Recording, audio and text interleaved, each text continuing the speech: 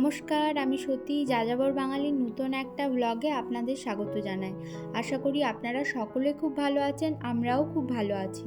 যেদিনের ব্লগটা শেয়ার করছি সেদিনটা ছিল 16ই নভেম্বর, আর আমরা যাচ্ছিলাম এখানের একটা ম্যানগ্রোভ পার্কে। এই ম্যানগ্রোভ পার্কটা আবুধাবি মেন সিটি থেকে প্রায় 24 কিলোমিটার দূরে এবং এটা আবুধাবির একটা অন্য দ্বীপে। এই যে কথা বলতে বলতে চলে এসেছি খলিফা ইউনিভার্সিটিটার সামনে, যেখান থেকে আমরা আমাদের ট্যাক্সি নেব। বাড়ি থেকে বেরিয়েছিলাম তখন 3:15 মতো বাজে, এখন 3:20 বাজছে। মাস দুয়েক আগে এই দুপুর 3টের সময়ও আমরা বাড়ি থেকে বেরোনোর কথা ভাবতে পারতাম না। এপ্রিল থেকে সেপ্টেম্বরের মাঝামাঝি অবধি আবুধাবি এবং দুবাইয়ের ওয়েদার খুবই বাজে থাকে, এত অসহ্য গরম থাকে যে কি বলবো।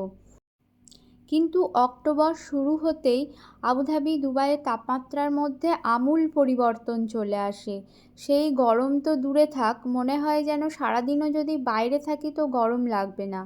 বাতাস যে বয় সেটাও বেশ ঠান্ডা বাতাস বয়, এবং যে বাতাসটা আমরা গরমের সময় গায়ে নিতে পারতাম না, হাত বা গালের অংশ যদি খোলা থাকতো, মুখের অংশ যদি খোলা থাকতো তো একটা জ্বালা পোড়া ভাব করতো গ্রীষ্মের সময়। কিন্তু এখন এই যে রোদটা দেখছেন সেটা এতটাই মিষ্টি যে গায়ে মাখতে কোনো অসুবিধাই হয় না। মেন সিটিকে আমরা পিছনে ফেলে রেখে জুবেল আইল্যান্ডের মধ্যে আমরা ঢুকে গেছি। এই দিকটা মেন সিটি থেকে অনেকটাই দূরে, প্রায় 24 কিলোমিটার হবে। এই আইল্যান্ডটা মেন সিটির মতো অতটা জাঁকজমকপূর্ণ নয়। এখন বিভিন্ন বিল্ডিং কনস্ট্রাকশনের কাজ চলছে, হয়তো কয়েক বছরের মধ্যে এই ফাঁকা জায়গাগুলো উঁচু উঁচু বিল্ডিংয়ে ভরে যাবে।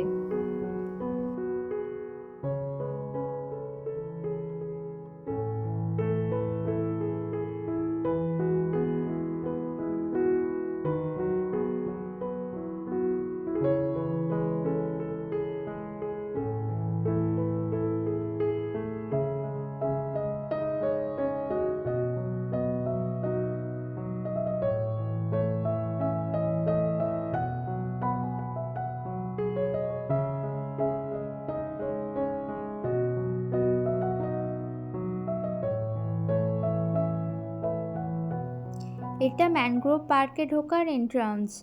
এখন আবুধাবি দুবাইয়ের ওয়েদার যেহেতু খুবই ভালো, তাই ইউরোপ থেকে বিভিন্ন মানুষ এখানে বেড়াতে এসেছেন। তাছাড়াও অন্যান্য অনেক দেশের ট্যুরিস্ট এখানে এসেছেন বেড়াতে। আমাদের ডান দিকে যে রুমটা দেখছেন ওটা টিকিট কাউন্টার, যদিও আমরা অনলাইনে টিকিট বুক করে নিয়েছিলাম। আমাদের এক একজনের টিকিট পড়েছিল 1580 করে, টাকায় হিসাব করলে হয় 345 টাকা করে, দুজনের টোটাল 690 টাকা। আর বাচ্চাদের দেখেছিলাম 580 করে এক একটা টিকিটের প্রাইস।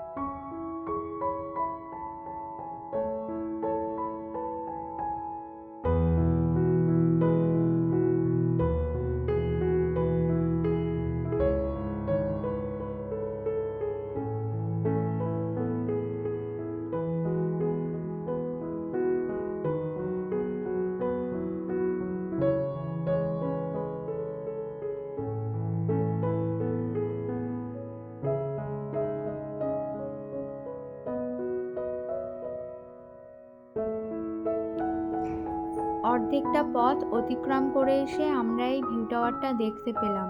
এই ভিউ টাওয়ারটার দোতলা থেকে পুরো ম্যানগ্রোভ অঞ্চলটাকে দেখা যায়।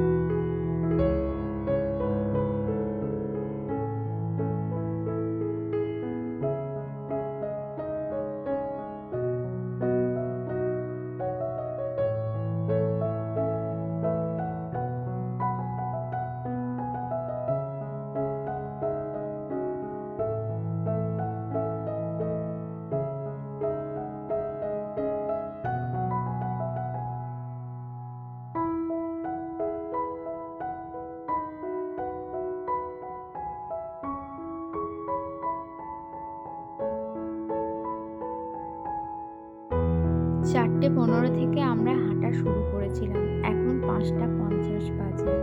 এখনো পুরোটা শেষ করে উঠতে পারিনি। এখনো আমাদের প্রায় 600 মিটার হাঁটতে হবে, তবেই আমরা এক্সিট পয়েন্টে গিয়ে উঠব। বেলা পড়ে এসেছে, ধীরে ধীরে অন্ধকার নামছে আর খুব জোর হাওয়া বইছে।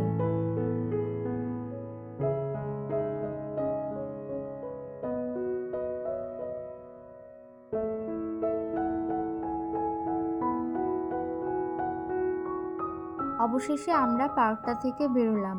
তখন আমাদের মনের মধ্যে একটাই চিন্তা চলছিল যে আমরা তাড়াতাড়ি ট্যাক্সি পাবো কিনা।